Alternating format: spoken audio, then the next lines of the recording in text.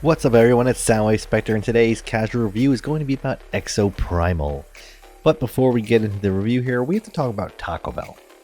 Now Taco Bell isn't really food, right? You know, it's junk, but it's still fun to go and get a Crunchwrap Supreme and some Doritos Locos tacos from time to time, right? Is it a Michelin star restaurant? No, absolutely not. But sometimes there is still a craving for that trash. Junk food in all of its forms has its own appeal. So now we get to Exoprimal, the video game equivalent of a junk food that I just can't help myself from snacking on every single day since its release. Thankfully, Exoprimal doesn't come with the Taco Bell bout of gastric distress, but is it worth the hefty full price it's marked at right now, or at the very least, the download on Game Pass? Let's find out. Now, if you're like me, the concept of having mech suits sending hordes of dinosaurs back to extinction once more is already selling the game to you. It's got that vibe of a kid just dumping out his toy chest on the floor and just playing with whatever he's found. The concept of the game is that this giant AI trapped you in your team into a singularity where you're stuck reliving the dinosaur outbreak where they fall out of black holes in the sky. You know, everything about this game is just absurd. The game is so absurd to experience, it's almost difficult to explain without grabbing all of the games it's similar to. It's like someone took Overwatch, Destiny 2, Titanfall 1 storytelling a little bit, and Earth Defense Force, and they all were thrown in a blender. Instead of getting Orion Prelude, you get this mystery meat equivalent of a game. But that's not a bad thing to me. It takes a lot of elements from a bunch of different games that work, and what you get here is certainly a niche title, but it's definitely solid. Orion Prelude walked so Exoprimal could run. Well, judging by the reception and reviews, Orion Prelude crawled so Exoprimal could walk, but I definitely don't agree with that. In essence, it's a PvPvE game where about 90% of the gameplay loop is two teams of 5 running parallel sets of dino slaying time trials, culminating into a final PvPvE round where you have to finish your objectives while also fighting the enemy team. I mentioned so many other games because everything you see in this game is a lovely mix of elements that you've all seen before, just not together. The closest comparison to the gameplay I could draw from other games I've played would be the PvP in Ghost of Tsushima, or even more closely the Gambit mode in Destiny 2. There is no single player nor co-op campaign, and even queuing up for PvE only still has that race against the finish against the other team. The exosuits and the entire game really seems to be heavily inspired from other games that came before it. Skywave plays like a mix between Echo and Mercy from Overwatch. Barrage plays similar to Junkrat. Zephyr seems and looks like the Wish.com version of Genji. Roadblock plays like Reinhardt and even looks like the Colossus from Anthem. Deadeye seems a lot like the Ranger from Anthem. Nimbus plays like Lucio as a healer that could switch between different phases of a heal in a more offensive stance. Most of the time, the end phase of the PvPvE matches is often a push the payload, and just like Overwatch and Team Fortress 2, the players are vehemently against sticking to the objective for some reason.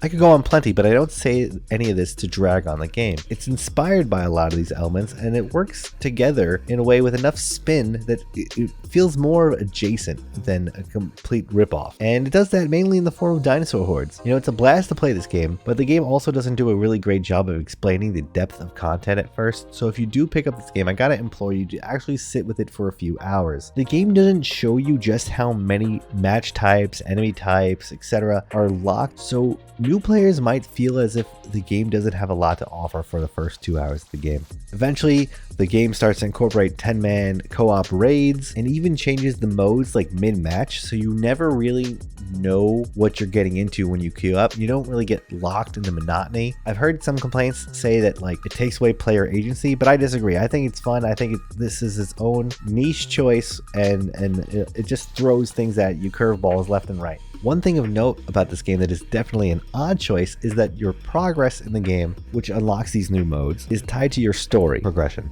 The story is actually honestly better than it has any right to be, in my opinion, but there's probably like 4 other people in the world that actually has listened to it all, because it's told via audio logs and cutscenes, which is silly when you're in a multiplayer party with your friends at different points of the game, right? So the story progression is hard to listen to when you and your friends are in a party chat and what do you do? Tell them to shut up so you can hear the cutscene, or you have to go out and mute them. But it's just an odd choice. Now, this story progression system is also a bit wonky because your progress is based off the lowest progressed member of the team. So, for example, if you're up to the first raid at 49% story unlock and you invite your friends to play with you and they haven't played up to that point yet, then you actually won't progress in the story at all until they catch up to you, or you go out on your own and don't play with them. And if you're unaware of that the game does this behind the scenes, it does compound the feeling of repetitiveness that hurts this game early on. This game tells you this nowhere. This is what I found from playing on PC Game Pass with my friends and my personal console PlayStation file. My PlayStation file, I am 1 trophy away from platinuming the game at 100 battles. On my Game Pass file, I'm actually stuck at 67% after 70 battles,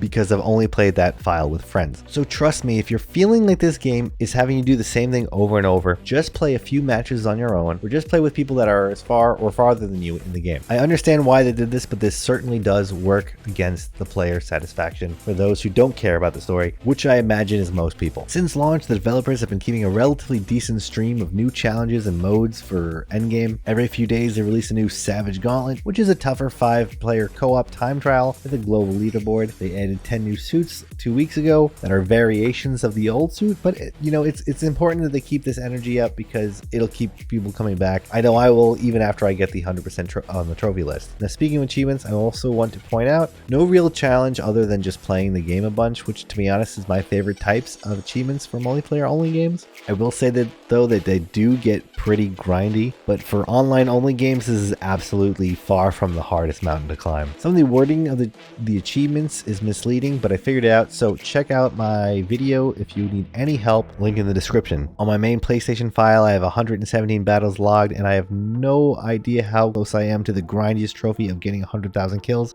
because unfortunately the Xbox version is the only version that shows you your progress towards the challenge. Either way, you're in for a decent grind if you're a completionist. Today's too long didn't read review of Exoprimal is that it's not the best hero shooter in town, nor is it the best horde defense game in town, nor is it the best mech game in town, but it is the best fusion restaurant in town. It's just solid B-movie fun, and for that I'm going to give it 8.5 great value brand Genji mains out of 10. And as always, after my reviews, I like to give out recommendations of similar games that you might enjoy. So if you like Exoprimal or you're interested, but the price is too high, definitely dive into any of the other hero shooters I mentioned before. The Gambit mode of Destiny 2 and the PvP of Ghost of Tsushima are also very similar in function. But if you want just a co-op horde defense, definitely try Earth Defense Force or Starship Troopers Extermination, the latter of which I'll be reviewing tomorrow, so check it out. Once again guys, I'm Soundwave Spectre, and if you enjoyed this more casual style of review, let me know by giving a like, subscribing to the channel, and let me know in the comments below what you think. Also join my Discord, link in the description as well, for a chance to win free games every month in my monthly giveaways. Thanks for watching guys, I'm Soundwave Spectre, and I'll catch you on the next one. Peace.